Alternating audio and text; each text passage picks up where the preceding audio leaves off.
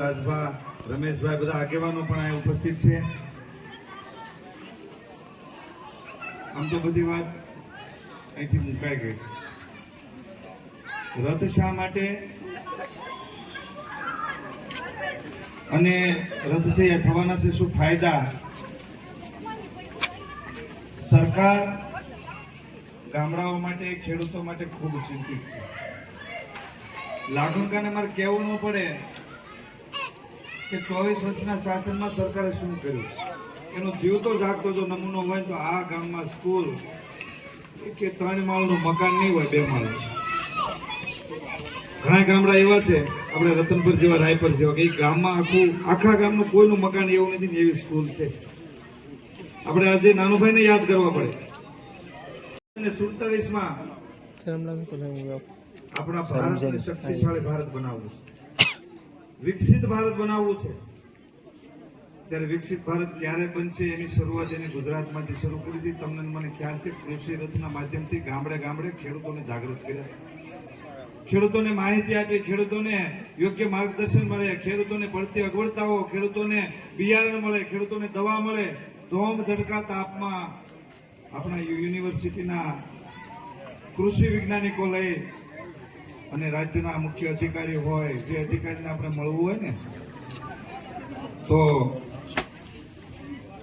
એનો સમય લેવો પડે. ગાંધીનગર સુધી જવું પડે, ભાવનગર સુધી જવું પડે, અમદાવાદ સુધી જવું પડે, બોટાદ સુધી જવું પડે. એવા કક્ષાના ક્લાસ 1 IPS અને IAS અધિકારી આપણી વચ્ચે ધોમ ધડકા તાપમાં આપણે માર્ગદર્શન આપવા અને આપણી સમસ્યાને સમજવા અને એનું નિરાકરણ કેવી રીતે આવે એ પ્રમાણેની યોજના નરેન્દ્રભાઈ લાવ્યા. આપણે શિક્ષણના સરસ્વતી મંદિરમાં બેઠા છે. ગામડે ગામડે માત્ર સ્કૂલો બનાવી એટલું જ નહીં, પરંતુ આ સ્કૂલમાં ગુણવત્તાસભર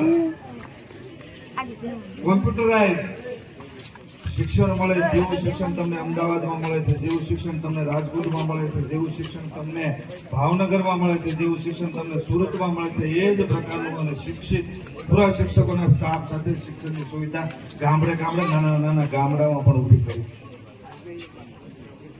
અહીંયા ઘણી બધી વાતો પણ થઈ છે. મારે આનંદ સાથે કેવું છે, લાખણકા ગામે આજે છે ત્યારે કે ભૂતકાળમાં ઉનાળે વાડીએ જવું હોય ને આપણે, અને વાડીએ જઈ હાથી લઈને જયારે જતા હોય, કોઈ કામે જતા હોય તો ઘરેથી પાણીનો ઘડો ભરી જવો પડે, બોટલો ભરી જાય પડે. વાડીએ પાણી પીવા પણ નહોતું આપણે, અને એમાં ઢોર કે માલને હવેડો ભરી શકાય, કુંડી ભરી શકાય એવા પાણી નહોતા. પરંતુ ભગવાનની પણ દયા થઈ છે ને, સાથે સાથે દેશના વડાપ્રધાન નરેન્દ્રભાઈની ચિંતા હતી કે જે અહીંયા હતા ત્યારે પણ આ નર્મદા ડેમ માટે લડ્યા છે. ત્યાર પછી વડાપ્રધાન થયા પછી મારે આનંદ સાથે તમને કહેવું કે વડાપ્રધાન બન્યા પછી 15મા દિવસે એને પહેલી જો સહી કરી તો આપણી નર્મદા યોજનાનો બંધ 137.70 પૂરો થાય. જે 10 વર્ષથી આપણી માંગણી હતી, આપણા ખેડૂતો કહેતા હતા 121 મીટર સુધી માંડ પહોંચી શક્યા હતા, 137 મીટર કરે તો ગામડા, સૌરાષ્ટ્રના ગામડાઓને પાણી મળે અને સૌની યોજનાનું પાણી મળે, એ હેતુથી એને પહેલી સહી એ કરી. અને આપણા આનંદીબેન મુખ્યમંત્રી હતા, જુનાગઢમાં કાર્યક્રમ હતો અને ત્યાંથી રવાના થયા અને તે જ દિવસે એને કેવડિયા જઈ અને એને ખાતમુહૂર્ત કર્યું, બહાણા ચડાવવાનું, અને 1 વર્ષમાં અમે પાણી આપશું. 1 વર્ષ પહેલા પાણી આપ્યું. તમે મેં જોઈ છે આ બધા ખેડૂત આગેવાનો પણ પંકજભાઈ જેવા ઉભા.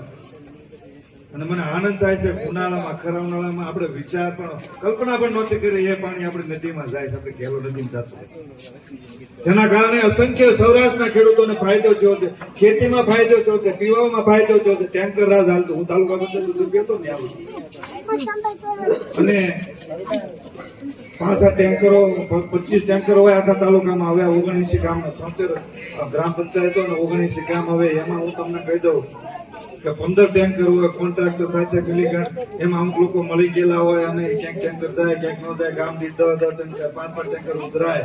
અને ભ્રષ્ટાચાર જે થતો હતો, પાણીની વ્યવસ્થા નથી, ગામડા થાકી ગયા હતા, હિજરત કરતા હતા. ઉનાળામાં મેં કીધું એમ કે વાડીએ જવા પાણી ન હોય, ગામમાં પીવામાં પાણી ન હોય. બુઝુર્ગો અહીંના જે હતા એ પણ સુરત વ્યા જતા, અને અહીંથી માલધારીઓનું પણ માઇગ્રેશન થઈ જતું, બહાર વ્યા જતા. ઉનાળામાં એ સ્થિતિ હતી. અત્યારે તમે નહીં જોઈ હતી, સૌના યોજનામાં આપણા તાલુકામાં લગભગ ગામમાં પાણી મળે. આ પ્રકારની સરકારે સુવિધા શક્તિશાળી ભારત બનાવવું. શિક્ષણ, બાળકોને શિક્ષણ મળશે, ગામડાના છેવાડાના બાળકોને શિક્ષણ મળશે, છેવાડાના ખેડૂતોને ચિંતા કરી અને એને પાણી મળશે. ગામડાઓમાં નાના નાના આપણી માતાઓ બહેનો રાત્રિ સિવાય ટોયલેટ નથી જઈ શકતા. જ્યાં દેશના વડાપ્રધાને ટોયલેટ તો ગામડે ગામડે બનાવી અને સન્માનભેર ઘરે, કારણ કે એ પીડાય તો જેને હોય એને ખબર હોય, ઘરે ઘરે હજારો ટોયલેટ, ઘરે ઘરે ટોયલેટ બનાવ્યા છે. પ્રધાનમંત્રી આવાસ યોજનાની વાત હોય, 1 થી 20 સ્કોર હોય, એ સિવાયના હોય, ઇન્દિરા આવાસ હોય, સરદાર આવાસ હોય, ગામડે ગામડે ગરીબ લોકોને ઘર બને, શિક્ષણ મળે. બીજી મહત્વની વાત મારે એ કરવી છે કે હમણાં સાહેબ આપણે સેવારથ અહીંયા પણ આવ્યો. સેવારથના માધ્યમથી 54 ગામનો પ્રવાસ કર્યો ને સાહેબ, કે જે નરેન્દ્રભાઈનો 10 લાખ રૂપિયાનો પ્લાન છે. ગામડામાં તંત્ર બહુ સારી વીસીના, કારણ કે આઈટી થી આપણે જોડ્યું છે. વીસી ગામડે ગામડે છે અને ઇન્ફોર્મેશન ટેકનોલોજીનો જમાનો છે. ગામડે ગામડેથી એવી પણ સુવિધા ઈ-ગ્રામ, વિશ્વગ્રામની વ્યવસ્થા કરી, જેના કારણે ગામડે ગામડેથી જે તમે શહેરમાં જે કાંઈ વ્યવસ્થા હોય, ગામડામાંથી વીસી તમારી બધી જ યોજનાઓ અહીંથી ઓનલાઈન કરી શકે. પણ ક્યાંક ને ક્યાંક અગવડતા હોય, જેના કારણે અમે 1200 જેટલા આયુષ્યમાન કાર્ડ કાઢ્યા. એમાં મારે દાખલો એક ઈ દેવો સાહેબ કે અમે ગામમાં કામ કરી રહ્યા છે. એટલા માટે આજે હવે આપણે પ્રાકૃતિક તરફ પણ ઘણા બધા મિત્રો અને ખેડૂતનું આપણું કામ છે, એટલે મારે વાત કરવી છે કે આપણે પ્રકૃતિથી વિરુદ્ધ જાય છે. ઘણા બધા સમસ્યાઓ ઊભી થાય છે. નાનો દીકરો જન્મે, ડાયાબિટીસ હોય, કોઈને કેન્સર હોય, માતાઓ માવાનો ખાતા હોય ને બહેનો એને પણ કેન્સર હોય. એનું કારણ દવા અને ખાતર પણ છે. આ રાસાયણિક ખાતર અને જંતુનાશક દવાથી પણ આડઅસરો ઊભી થાય, તમને મને ખબર છે. એમાંથી પણ આપણે બહાર આવવું પડશે. આપણે એમ નથી કહેતા કે તમે પાક બદલી નાખો, પણ બીજા પાક પણ થોડા થાય તો દવા અને ખાતરનો ઉપયોગ પણ ઓછો થશે અને આવક પણ આપણે જળવાઈ રહેશે. આવતા દિવસોમાં પ્રાકૃતિક ખેતી થાય એ માટે પણ આપણે આગળ વધવું પડશે. આજે આપણો વિકાસ સપ્તાહ માટે વિકાસ સેવા અને સમર્પણની ભાવનાથી જે સરકાર કામ કરી રહી છે, કામ કરી છે, આ સભા અત્યારે થઈ જ ન શકે સાહેબ. મેં જોયું છે હાથમાં પછી લાઈટ જ ન હોય, એમાં ક્યાં મીટિંગ કરવાની? 24 કલાક લાઈટ હોય તો ને મને કયો લ્યો, આમ બધા ખોટી વળી બેઠા. અરે શિક્ષણની વ્યવસ્થા હું જાહેરમાં કહું છું કે 1992 આપણે જીત્યા ને પછી અમે ગામડામાં નીકળી, આત્માના બાપા જૂના બધા કાર્યકર્તા, પછી અનીડા થઈ. અનીડામાં બીજી કાંઈ ફરિયાદ નહીં કે બધું આપણી સરકારને જે આપણને બહુ અપેક્ષા નથી, પણ એ આપણી જિલ્લા પંચાયત 95 બેઠી પછી કે પહેલા તો ફરિયાદ કરતા જિલ્લા પંચાયત 1995 કે શિક્ષક એક છે અને એ શિક્ષકને તમે બદલી દો. 1 થી 5 ધોરણ સાહેબ, 4 એક રૂમ, વિલાયતી નળિયાવાળો રૂમ, હોસ્ટેલમાં બેસે, રૂમમાં બેસે, બાકી ફળિયામાં બેસે. 2 શિક્ષક, એમાં દિલીપભાઈ ગોર. દિલીપભાઈને માનસિક તકલીફ, રેકડું પૂછે માનસિક તકલીફ તો ઈ લીમડામાં જ ચડી અને લીમડામાં ચડે પછી પેલા ઓલો બેલ બાંધે ને, એટલે પાટો બાંધે, લોખંડનો પાટો હોય એ પાટાને હત્યો ગડગાડે એટલે બેલ વાગે. ત્યાં જઈને બેલ મારે છોકરા ભાગે. વળી બીજા શિક્ષક ત્યાં ગામના ઉભા રહે, ભાઈ ઉભા રહ્યા, એ દિલીપભાઈ ઉપર પછી છોકરાને ટેવ પડી ગઈ, હા તો બેલ પડે તો ન ગામ આખું થાકી ગયું. જોશીભાઈ અમારા માસ્તર, એને બીજો અમે શિક્ષક ગામે બધા ત્યારે તો શિક્ષકોની પૈસાની વ્યવસ્થા નહીં, ગામે નક્કી કર્યું 2000 કોઈ બીજો ભણેલો છોકરો તો એને રાખ્યો, છતાં એનું કરવું છું. જિલ્લા પંચાયત કે અમારી પાસે શિક્ષકોની તમારી પાસે બીજી વ્યવસ્થા નથી, કામ સહન કરો. આવી રીતે અમે 3-4 વર્ષ આપ્યું. પછી શિક્ષક જિલ્લા પંચાયત ત્યારે આ વ્યવસ્થા હતી, એને બદલે આ મકાન જોઈને અને શિક્ષકો જોઈ, ક્વોલિફાઈડ શિક્ષકો. તમને કહી દો, આ જે ગામડાની જરૂરિયાત છે ને એ ઇન્ટરનેટનો જમાનો છે. તમારે અહીંથી અમેરિકામાં પણ શું થાય જોવો આના ઉપરથી, અને અહીંયા વીસી સેન્ટરમાં તમે જોઈ શકશો. એટલા માટે જનજાગૃતિ માટે મારે બીજી પણ વિનંતી કરવી છે, સરકારની ટેકાના ભાવથી ખરીદી શરૂ થાય છે. અમે ચણાની સાહેબ ખરીદી કરી અને પછી ખેડૂતોના જે ફોન આવે, સુરેશભાઈ મારે હવામાન ચણ્યા છે ને લેવા, તમે ખરીદી જિલ્લા સંમત કરી તો લેવા મોકલું. મેં કીધું રજીસ્ટ્રેશન કરાવ્યું તક સરકારની વ્યવસ્થા, સરકાર તમને ટેકાના ભાવથી 1050 અને 1040 ના ભાવથી ટેકાની ખરીદી કરતી હતી અને 800-850 રૂપિયા ઓપન માર્કેટમાં મળતા છે. અને 150 રૂપિયાનો ફાયદો થતો 150-200, પણ અમે રજીસ્ટ્રેશન કેમ નથી કરે? મેં હવે કાંઈ ન થાય. 1 મહિનો રજીસ્ટ્રેશન હાલ્યું હતું, કોઈ નહોતું કરાયું. એટલા માટે અત્યારે કપાસની ખરીદી પણ શરૂ છે અને એ કપાસની ખરીદી તમે કરશો તો 1622 રૂપિયા ટેકાનો ભાવ નથી. સારા કપાના 1622 રૂપિયામાં ટેકાના ભાવથી CCI ભારત સરકાર ખરીદી કરવાની છે ને રજીસ્ટ્રેશન બધા સંભાળી કરશે. એક વખત અમે મોકલાતા ભાઈઓને બધાને, ન હોય તો હજી કહેજો, 25-50 જણા ભેગા થાય ભાઈ આગેવાનો બધા, તો અમે મોકલશું અને વ્યવસ્થા પણ કરશું, મફતમાં રજીસ્ટ્રેશન કરશું. પણ રજીસ્ટ્રેશનથી ફાયદો હું તમને તો એક ખેડૂત 200 મણ કપા આપે ને અને 1,500 રૂપિયાનો ભાવ તો એક ખેડૂતને ભાઈ પંકજભાઈ 25,000 રૂપિયાનો ફાયદો થાય. તમે 100 જણામાં જાગૃતિ આવે ને 100 જણા 1,500 કરોડ રૂપિયાનો ફાયદો ગામને થાય રજીસ્ટ્રેશન માત્ર કરવાથી. અને એ 1,500 કરોડ રૂપિયા એક વ્યક્તિના નહીં, પણ 100 જણાને 25,000 રૂપિયા જુદા જુદા ઘરમાં આવવાનો, બધાને ફાયદો થવાનો. એટલે જ્યારે જે આવે, હમણાં અહીંયા સાહેબે વાત કરી કે વિવિધ આપણી જે ખેતીની બોટલો જ્યારે ખુલે ને બોટલો ખુલે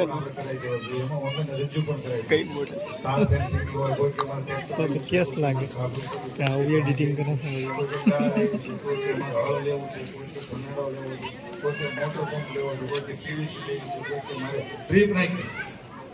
પણ આ બધું માર્ચથી એપ્રિલમાં આ એપ્લિકેશન ખોલતી હોય અને ત્યારે આપણે બધા રજીસ્ટ્રેશન કરવું પડે.